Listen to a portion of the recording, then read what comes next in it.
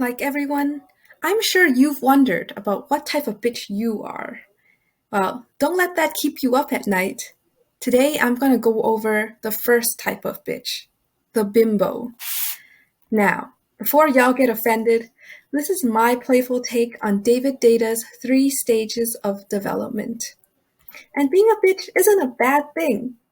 Beautiful, intelligent, talented, charming, and hot. So this video will focus on the first stage of feminine development. And we all have masculine and feminine essences within us, and it's important to develop those essences, although we typically have a predominant essence. We also oscillate between all 3 stages. Even if we are third stage, which is the spiritual and loving stage, we're still going to have first stage moments. Because the first stage, that's human nature, our base instincts. It's where we start before we mature emotionally and spiritually. As we progress through the stages, our ability to feel and express love and bliss is magnified. We go deeper into our divine core, our true self.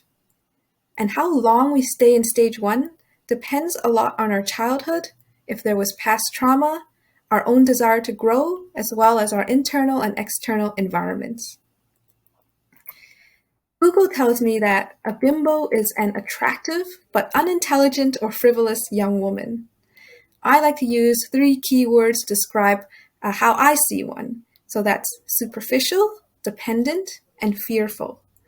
And don't get me wrong, a bimbo is attractive, especially on the surface level and especially to a first stage bro.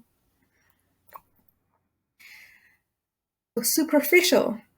The bimbo is attracted to surface shine. So that's men with money, fancy cars, nice clothes, flashy. The stereotype here is the typical gold digger or trophy wife. She's also very concerned with her own surface shine. So her appearance, how others see her, and she might do things like plastic surgery, get a boob job. Dependent.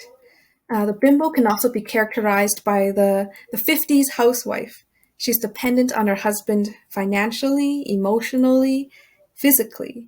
She doesn't know how to balance the budget. She doesn't know how to change the tires, or at least she doesn't have the means to. And she doesn't know of worldly matters or politics. She just votes for whoever her husband wants her to vote for, because her goal is just to be a sweet, obedient wife. Fearful. So this is one of the biggest key words, fear. Fear is what keeps the bimbo in the first stage and blocks love from truly flowing in and out of her. What is she afraid of? The disapproval of others, especially of her man. She is needy of external validation and will do anything for it, including betraying her own needs. She is characterized by the doormat. A people pleaser. So to illustrate the bimbo in action, I'll tell you the story of Leanne. And there is a trigger warning here because the story touches upon abuse. And so just to give you a heads up. So growing up, Leanne's parents had very traditional gender roles. Her dad was the breadwinner and her mom was a housewife. Her dad made all the decisions and rarely allowed, appreciated, or respected her mom's input. Her mom was just a woman. What did she know? And her mom just accepted all of that because she believed that's how women were supposed to be treated. And being in this kind of environment growing up, Leanne developed the same belief. In her teens, Leanne was a typical teenager, quiet and awkward. She didn't have the nicest clothes or hang out with the right people. So as a result, she was bullied, which destroyed her already fragile self-esteem and her sense of internal validation. She began to think that she was ugly and not as worthy as others. In college now, and at a party, Leanne struggles to say no as people continually topped up her cup. She didn't want to drink anymore, but they'll think I'm a party pooper and they won't like me, she thinks to herself as she takes another sip. Somehow she was led away by a man to his place. She doesn't remember much. She was pretty drunk. But she does remember feeling uncertain and feeling not ready. But there was also a new feeling. She felt desired. She felt wanted. She felt worthy of someone's time and attention, finally. And that was so powerful that she just let him do whatever he wanted. He lavished her with gifts and compliments. He kept telling her how pretty she was and that she was his princess. But there were some red flags. He was controlling, he was belittling, and there were signs of infidelity. However, Leanne was so hungry for validation that this attention was like a bottle of water in a desert. It didn't matter that there were toxins in the water. She gulped it down and wanted more. Leanne found out she was pregnant and they got married shortly after. However, his infidelity only became more blatant and the relationship only got more abusive, both emotionally and physically. Despite the pain in her heart, Leanne still believed that he loved her. There were times in the relationship when he would give her gifts, call her princess, and ravish her with passion. However, those usually occurred only after abusive episodes. Leanne couldn't fathom leaving him. Her child, her sense of validation, her finances were all provided to her by her husband. So here we're going to pause the story until the next video. It's a bit of an extreme example, but this part of Leanne's story covers many key parts of the bimbo. The fear, the dependence, especially. So how do I know when I'm being a bimbo? Those three keywords from earlier: superficial, dependent, fearful. Superficial. Is my main focus on my external appearance and how others see me versus how do I see myself and do I base my worth on my personal accomplishments and character? Dependent. Can I take care of myself emotionally, physically, financially?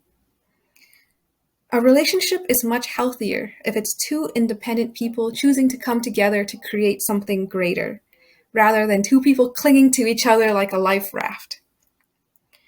And then the most important one, fear. Is my fear of their disapproval greater than my fear of betraying myself? Is my fear of their disapproval greater than my fear of betraying myself? The bimbo will betray her own needs to meet the needs of others. She doesn't say no, and she will take abuse. So a lot of us think of abuse as physical abuse, but it can be something as simple as name calling or an aggressively raised voice. So the bimbo will take any kind of abuse without saying anything back. She'll say yes to things that she doesn't want to because she's afraid that people won't like her if she says no. She doesn't express how she really feels. She only portrays how she thinks she should be feeling. For example, if she's at a party with a whole bunch of Republicans, she'll be cheering for the Republicans, even if she hates them deep down, because she's afraid of the disapproval of her true feelings of her true self. So you can see I feel pretty strongly about this stage. I'd say I stayed in it for too long myself. Not that it's intrinsically bad, it's just a process of development, and it's natural, and in fact, it's conditioned by society and social media. All these advertisements telling us that we're not enough. There's a lot of pain in this stage. But pain isn't necessarily bad. It can be a catalyst for growth, because being a bimbo is easy. Saying yes is easy. But finding the courage to face rejection and disapproval, that's hard. And sometimes we need a little bit of pain to motivate us. And when we can go within and connect with our inner strength, that allows us to move on to the next stage of development, the next level of bitchiness. So stay tuned for the next video when I talk about the next stage, the ball buster.